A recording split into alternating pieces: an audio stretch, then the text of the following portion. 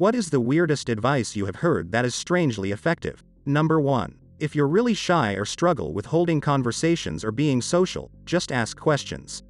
This works in 3 ways as 1. The other person will be doing most of the talking.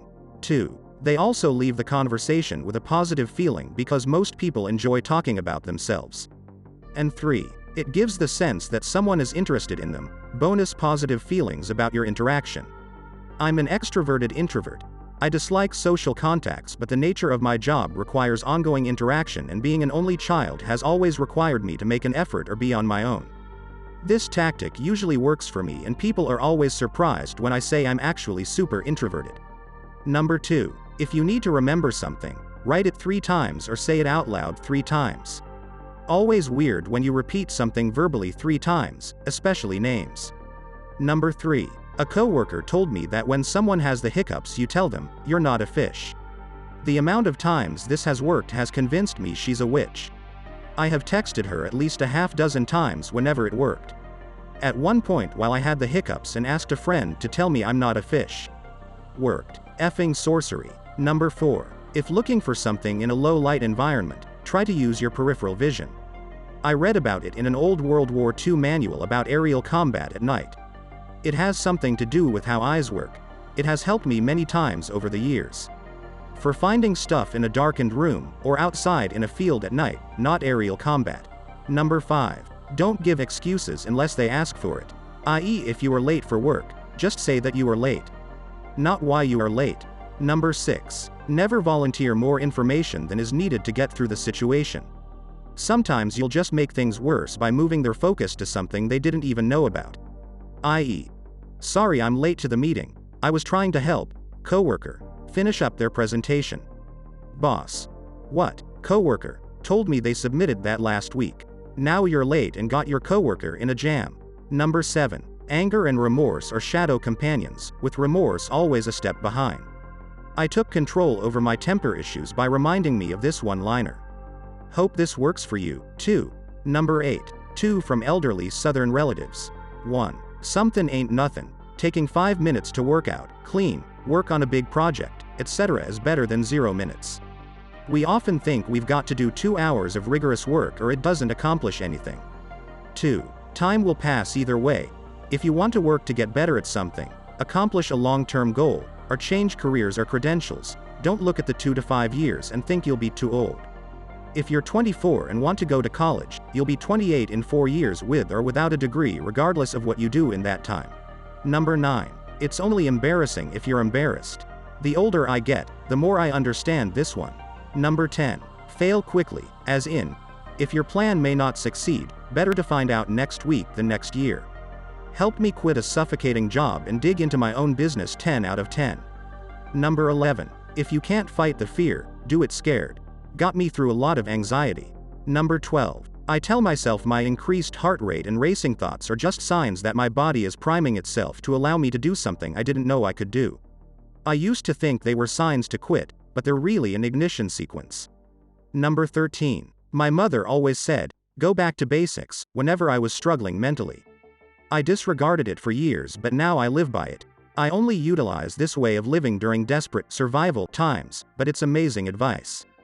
Basically, in other words, focus on what matters. If I was in a major depressive state, can barely function, it would mean don't feel guilty about simply surviving until you're back on your feet. Just do what you have to do and get through the day.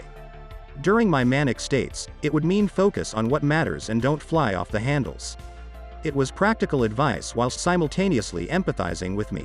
I always dismissed it because she kept saying it and I thought it was just a cop-out, but I've since realized it's some of the best advice for anyone that's struggling to maintain their sanity during chaotic, or seemingly chaotic, times. Basics might include getting out of bed, having a shower, eating some lunch and drinking some water. Maybe try to enjoy a coffee. If you're up to it, maybe try and clean the kitchen and or do a little bit of laundry. Even if you just get done the bare minimum and then crawl back into bed, that's a job well done because you made it through the day. Number 14. When writing an email, leave the recipient field until last. Number 15. People don't always remember what you say but how you make them feel. Number 16. Stressed, upset, panic attack, ennui? Put an ice cube in your hand. Move it around your hand until it slowly melts. It takes about 5 minutes. Primary effect. The cold on your skin grabs your brain's attention. You stop thinking about what was stressing you out and feel present in the moment. Secondary effect.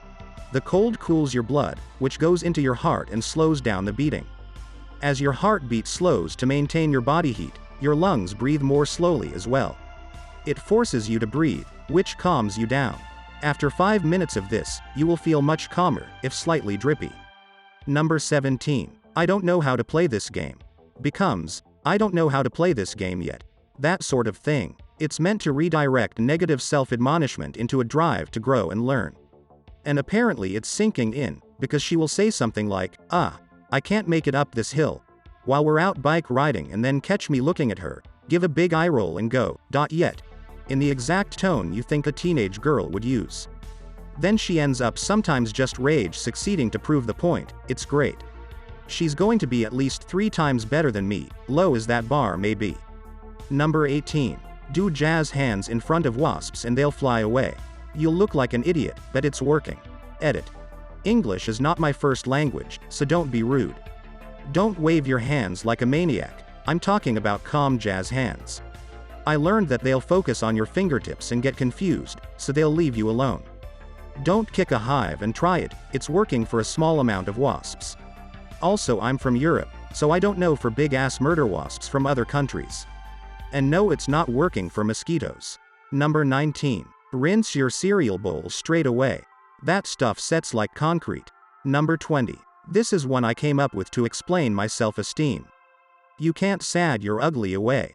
I woke up one day after years of torment, a lot of which from myself, and realized that being upset about how I look won't make me any prettier, so I may as well just own my looks. I can fix what I can, but being upset about it ain't gonna do shit. May as well love my fugly self. Loving myself when I felt no one else would, and being happy and enjoying life despite it all, it really is the greatest revenge I could come up with.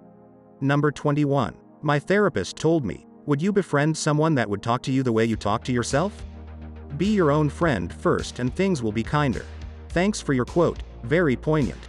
Number 22. When walking among other people, there's a trick to avoid the annoying little, who's gonna pass on what side, dance, where both of you go left, then both go right, and then you finally pass. Pick a direction and aim your face towards your intended direction, like look to the left or right of them, clearly turning your head in a single direction. This is a clear signal to people so there's no confusion as to which way you want to pass them. I haven't had that annoying dance since. Number 23. For all my ADHDers or other who struggle with executive function, do chores while waiting. Have something in the oven? Let's see how much laundry you can fold before the timer goes off. Microwave? I bet you can empty the dishwasher in 90 seconds. On a phone call? Pop in those earbuds and let's tidy while we talk. I get so hung up on waiting MODE, and the novelty of trying to accomplish a small task during that interim feels a bit like a deadline pressure, which is basically the only thing that motivates me. Tricking my brain into a mini-productive panic is startlingly effective. Number 24. You know, sometimes all you need is 20 seconds of insane courage. Just literally 20 seconds of just embarrassing bravery. And I promise you, something great will come of it. By Benjamin Mee, We Bought a Zoo. Number 25. Put a small stool under your feet when pooping, to mimic the natural squatting position. Changed my life, literally. During the first week after my discovery, I had a strong urge to tell all my family and friends about it, but had to restrain myself because of how weird that would sound. So instead, I'm sharing this advice with you. Number 26. To improve your posture, pretend that you are shooting lasers out of your nipples and trying to shoot people in the head. Number 27. There was a guy I first met at a family-friendly pub once. He was busking and he had a straw sun hat and mismatched socks. He chatted to my family and came to learn I was deaf and wrote me a letter that says, sometimes it's better to be deaf, because the world isn't listening. And for some reason that's always stuck with me. Number 28. Get someone to warm to you by asking them for a small favor, not asking to do something for them, but asking them to do something for you. I have no idea why this works, but it does. Number 29.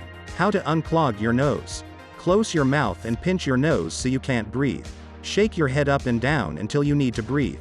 Remove your hand from your nose and breathe, through your nose, not your mouth. Been doing this for a while now and it's pretty effective. Number 30. Holding your breath for a prolonged time is extremely effective at getting rid of a boner. Instructions are clear. Do not, I repeat, do not hold your breath until you die, or you may end up getting your boner back. Number 31. My therapist said, yeah, doing the thing will give you anxiety. So you throw that bitch over your shoulder and take her along for the ride. Other therapists I'd had always focused on making the anxiety go away and distracting myself from it. He was the first person to ever tell me it's okay to be anxious, it's okay if your coping strategies don't always work, and riding through it anyway even if you freak out later is brave as fudge. Number 32. Sucking at something is the first step to being sorta good at something. Honestly, it's deflated the embarrassment of making mistakes when learning new things. It's okay to suck at something on your way to okayness. Number 33. Underpromise. Overperform. Don't expect a thank you. Number 34. For a perfect high five, look at the elbow of the other person. 100% of the time it'll be a spot on high five. Number 35. Wash your clothes with vinegar to remove smells. If you forget wet clothes in the washing machine for too long, they'll smell like mildew. Washing them again doesn't really take the smell away, for as many times as you try. Wash them again with 1 liter of white vinegar, no detergent, do not use balsamic vinegar or whatever, and somehow the end result won't smell to mildew nor vinegar, just like pure clean washed clothes. I expected the vinegar smell to remain, but those clothes were a write-off on my book, so I tried anyway and they came out perfectly. Edit. I just grabbed a 2-liter bottle and poured a bit under half and it worked, but his other comment, just a cup, also works. I guess I was adventurous on an all or nothing, and poured a lot. Edit 2. Of course I tried washing them again, but the mildew smell would just not go away.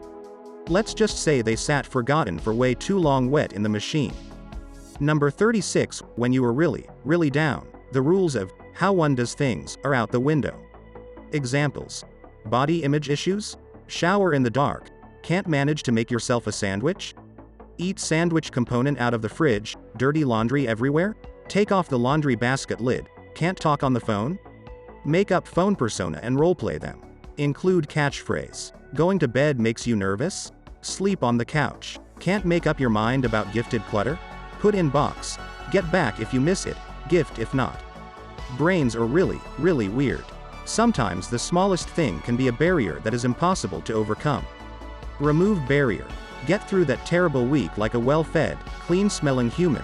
Build back from there. Number 37. Blinking twice when reading info from textbooks to sort of mimic photographic memory. Works for me for some reason. Number 38. Do it anyway. Don't think you'll succeed? Do it anyway. Don't feel like going to the gym? Do it anyway. Don't want to stick to the diet? Do it anyway. Don't feel like getting out of bed, taking care of your basic needs? Do it anyway. Don't think you'll like it? Do it anyway. Scared of embarrassing yourself? Do it anyway. Think the attractive person will reject you if you ask them out? Do it anyway. Obviously don't apply this to things that put you in harm's way. But I've been lucky enough to live an interesting, in a good way, life based on this approach. Number 39. Flip the baby to reverse their night per day sleep. A few weeks after our daughter was born, she started sleeping heavily during the day and awake all night long. Nothing we did helped her switch. We tried keeping her awake all day. She just screamed all night. We tried letting her have small naps throughout the day. Awake all night. Honestly, it was a nightmare. I don't even remember who suggested it. Friend, family, absolute stranger. But someone joked about the old wives' tale of flipping a baby to flip their sleep schedule. We felt ridiculous doing it. My husband and I felt so stupid. We flipped out daughter head over heels and upright again. Then we just stared at each other like, now the F what? We ate dinner, did bath time, got ready for bed. Didn't think about it. I got ready for yet another night of sleepless horror. She slept 5 hours. This baby, who had never slept longer than 45 minutes at a time ever, slept 5 whole freaking hours. And just like that, she slept longer at night than during the day. There is no science behind it. There's no evidence, and yet I have already told numerous parents to flip their babies. It effing worked. Like magic. Edit to add because what the hell, there's so many comments. You hold the baby by the armpits. The top of their head is facing the ceiling. They are eye to eye with you. Then you bring them forward all the way until the top of their head is facing the floor, their head is at belly button height, you are staring at their ankles. Then you continue until the baby is back upright again, top of head facing the ceiling. You literally put them in a full vertical circle. There's no science to back this. I've met other people who said it didn't work. All I know is for weeks she didn't sleep, we flipped her, she slept. That's all the evidence I need to tell other people to try it. Number 40. When I need somebody to share my feelings with and nobody listened, or nobody cares, happens often. I'm a man. I just make a person up. Sound stupid, I know, it's just like an imaginary friend we had when we were younger, but it really helps. I close my eyes and start creating a person as detailed as I can: looks, backstory, character, and so on. Sometimes it's a good friend, sometimes more something like a sibling. It is really stupid and strange, but it helps with most of my problems, and I'm sure it could help others as well. What was your favorite story? Let us know in the comments or share your own. Like and subscribe, and see you in the next one.